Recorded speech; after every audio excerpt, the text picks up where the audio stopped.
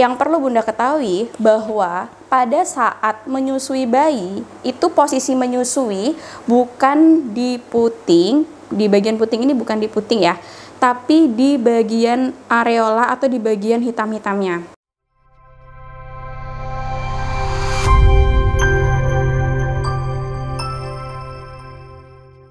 Halo, Assalamualaikum. Selamat datang di channelnya bayibunda.id. Ngobrolin kesehatan bareng saya Bidan Firda. Di video kali ini kita akan membahas tentang puting tenggelam. Apakah bisa menyusui? Bisa nggak, Bu? Nah, sebelum kita lanjut ke videonya, tekan tombol subscribe, like, dan share. Jangan lupa tekan tombol notifikasinya untuk mendapatkan video terbaru dari kami. Inverted nipple atau flat nipple merupakan masalah yang membuat moms atau bunda-bunda di luar sana membuat kita jadi tidak percaya diri. Kira-kira kalau putingku tenggelam atau datar, bisa nggak ya aku menyusui? Nah, pasti bunda berpikir seperti ini, bukan? Yuk kita bahas atau kita pecahkan masalah puting tenggelam dan puting datar ini. Kita satukan persepsi kita. Ya, yang perlu Bunda ketahui bahwa pada saat menyusui bayi, itu posisi menyusui bukan di puting, di bagian puting ini bukan di puting ya, tapi di bagian areola atau di bagian hitam-hitamnya.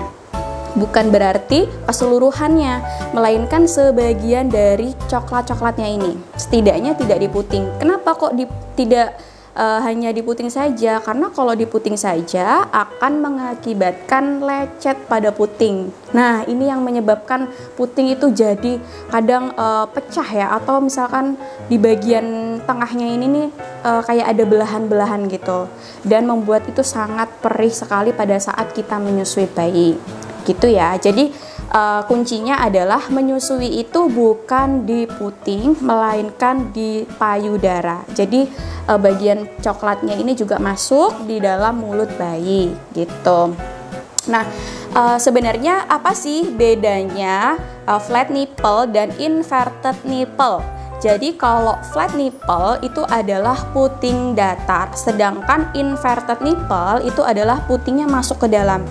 Sebenarnya apakah perbedaan dari flat nipple dan inverted nipple? Jadi kalau misalkan flat nipple nih, di bagian puting dan di bagian tergelapnya ini datar.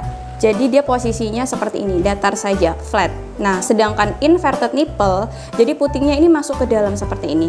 Ya, jadi Bunda bisa lihat ya, seperti ini kalau inverted nipple. Nah, bagaimana cara periksanya? Nah, ini di bagian coklat atau di bagian areolanya, Bunda bisa arahkan tangan ini ya di bagian telunjuk dan bagian ibu jari atau jempol.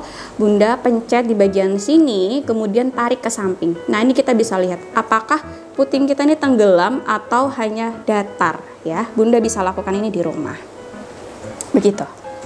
Nah, bagaimana cara menyusui kalau putingnya itu datar ataupun tenggelam? Caranya, yang pertama, Bunda bisa lakukan perangsangan pada payudara. Jadi rangsangnya seperti apa, Bu Bidan?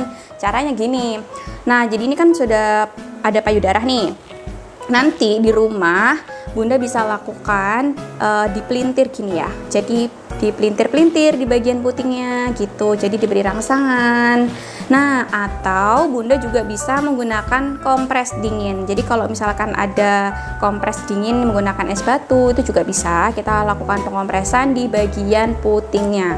Nah, nanti reaksinya ini akan mengkerut gitu, akan keluar. Nah, yang kedua, sebelum Bunda menyusui, Bunda lakukan pengosongan payudara menggunakan pumping. Kalau biasanya menggunakan pumping kan ada hisapan-hisapan yang membuat puting ini menjadi keluar gitu ya. Ini juga bisa menonjolkan puting gitu.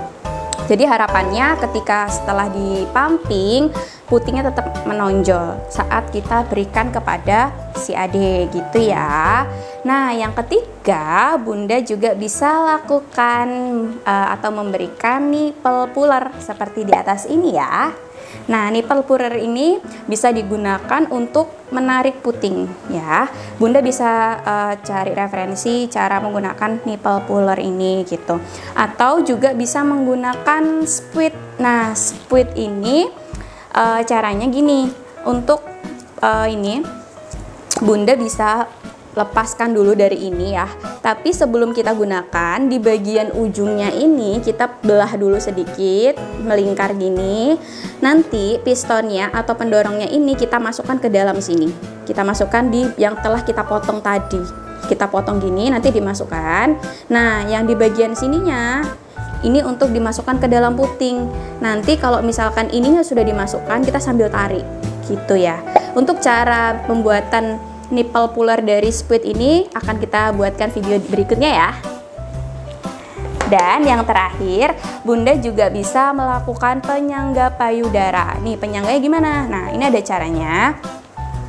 Jadi caranya ketika Bunda ingin menyusui bayi, ada yang huruf C seperti ini, ada yang V kan seperti ini atau menggunting. Tapi menurut saya lebih dianjurkan untuk menggunakan huruf C seperti ini. Kenapa? Karena ketika kita menggunakan huruf C seperti ini, maka jempol kita ini bisa seperti ini, bisa menaikkan puting. Jadi ditarik ke atas gini, putingnya bisa keluar atau menonjol, jadi mempermudah untuk masuk ke dalam mulut si bayi.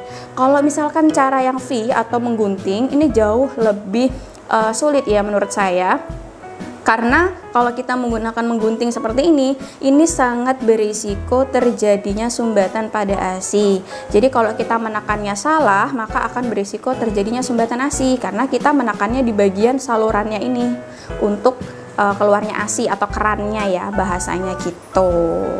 Gitu ya. Semoga video ini bermanfaat untuk ayah dan bunda. Jangan lupa untuk mencoba di rumah. Gitu ya. Sekian, wassalamualaikum.